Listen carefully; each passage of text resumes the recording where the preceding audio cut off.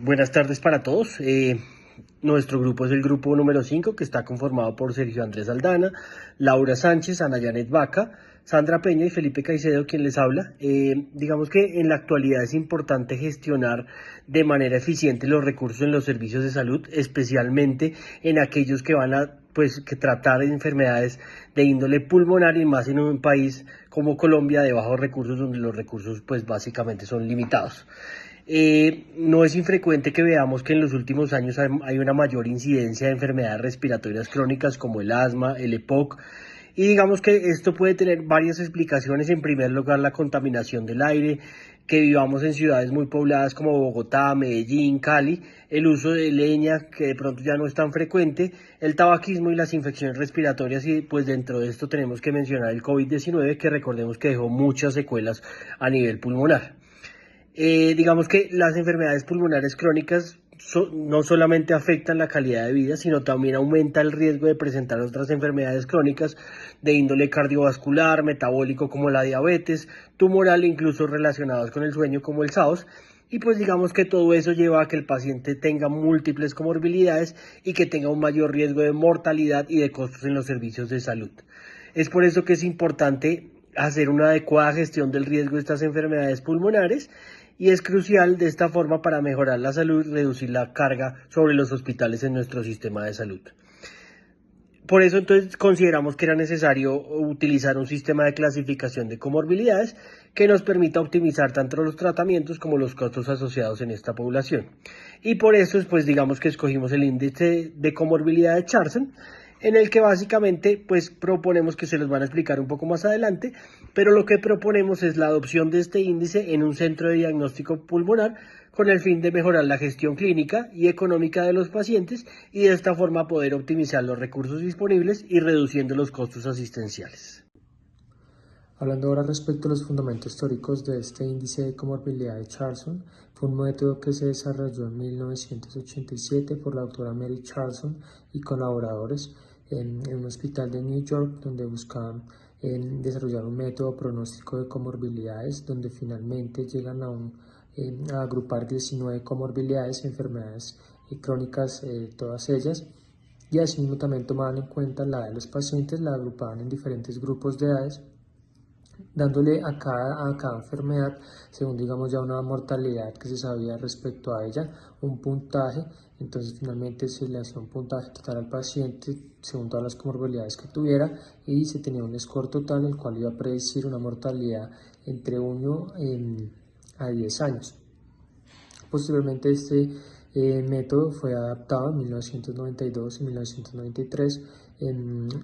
con los códigos CIE 9, y asimismo con unos códigos de procedimientos CTP4, ello digamos que permitiendo que este índice se calculara con datos administrativos del hospital o la institución donde se realizara. Posteriormente incluso el Instituto Nacional de Cancerología digamos que adapta y desarrolla un índice de comorbilidad de Charson ya en pacientes con enfermedades tumorales, donde pues al ser digamos de la enfermedad prevalente, pues estas neoplasias se retiran y no cuentan en este puntaje. Asimismo ya han existido varios estudios donde se ha digamos que validado este método de clasificación, donde se ha demostrado que digamos que su utilidad para predecir la mortalidad principalmente en pacientes mayores, y asimismo ha sido muy útil para relacionarlo con los costos, demostrándose ya que pacientes con un puntaje alto son aquellos que requieren mayores costos en un hospital, y digamos que esto viene siendo importante para cualquier hospital que maneje pacientes, pues principalmente aquellos de una edad avanzada. Criterios de aplicación. El Centro de Diagnóstico Pulmonar se enfrenta a la tarea de gestionar pacientes con patologías respiratorias crónicas, como lo son el asma, la EPOC y la fibrosis pulmonar, muchas veces acompañadas de otras comorbilidades. Aplicar el índice de Charson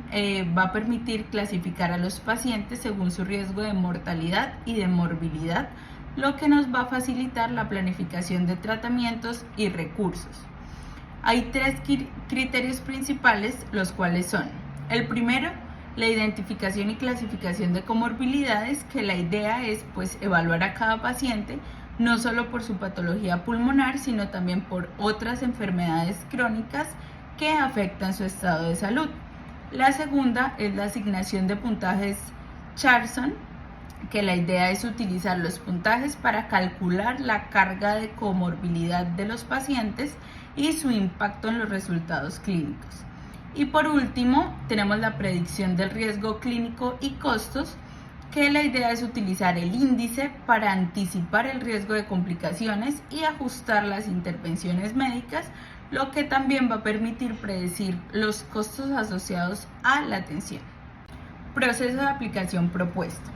Para poder implementar el índice de Charson en el Centro de Diagnóstico Pulmonar, se propone el siguiente proceso. Primero,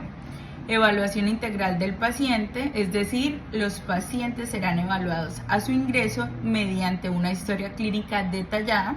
que va a incluir todas las comorbilidades presentes, proporcionando una visión más completa de su estado de salud.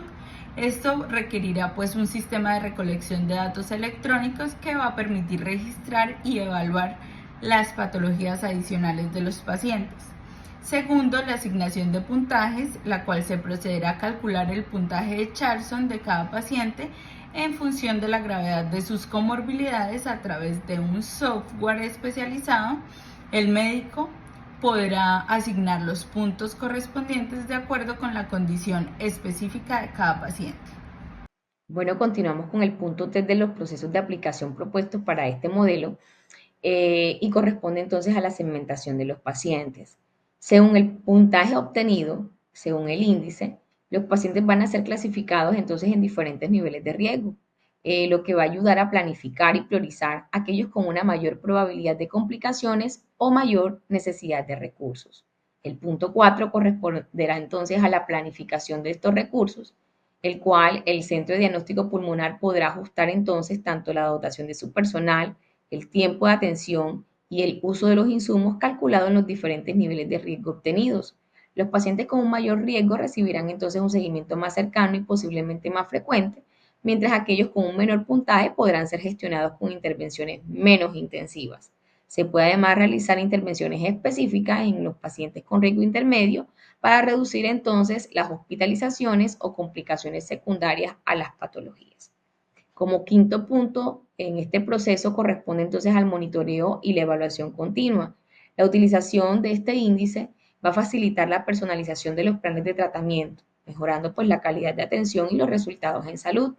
Es útil para monitorear la efectividad tanto del tratamiento y ajustar las estrategias de intervención según los resultados. Permite además hacer una evaluación del uso de los recursos y de la relación costo-beneficio de los tratamientos, beneficiando no solamente a la IPS, sino pues al sistema de salud en general, contribuyendo pues a la eficiencia y sostenibilidad del mismo.